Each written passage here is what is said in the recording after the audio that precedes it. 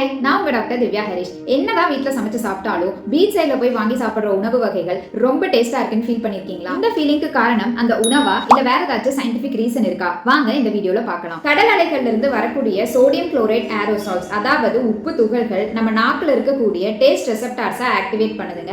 இதனாலேயே நம்ம சாப்பிடக்கூடிய உணவோட டேஸ்ட் ரொம்ப என்ஹான்ஸ்டா இருக்கு. இதுக்கு பேர் தாங்க கேஸ்ட்ரோபிசிக்ஸ். அதாவது நம்ம சாப்பிடக்கூடிய சூழல், எவ்வளவு வெளிச்சம் வருது, என்ன சத்தம் கேக்குது, என்ன வாசனை வீசுது, இதெல்லாம் நம்ம சாப்பிடக்கூடிய உணவோட டேஸ்ட்டை நிர்ணயிக்குதுங்க. நீங்க சீ ஃபுட்டை வீட்ல வாங்கி சாப்பிடுறத விட பீச் சைட்ல அந்த கடல் அலைகளோட சத்தத்துல சாப்பிடும் போது நீங்க சாப்பிடுற சாப்பாடோட ஃப்ரெஷ்னஸ் 30% வரைக்கும் அதிகரிக்குதுன்னு எவிடன்ஸ் சொல்லுதுங்க. இது மட்டும் இல்லைங்க, சீ வியூவ்ல சாப்பிடும் போது நம்ம ஹாப்பி ஹார்மோன்ஸ் ஆன டோபமைனும் செரட்டோனினும் பிரெயின்ல இருந்து ரிலீஸ் ஆகி நம்ம டேஸ்டோட ஃபீலிங்கை அதிகப்படுத்துது.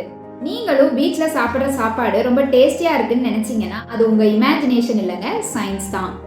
இந்த மாதிரியான சயின்ஸ் ஃபேக்ட்ஸுக்கு மறக்காம என்ன ஃபாலோ பண்ணிடுங்க.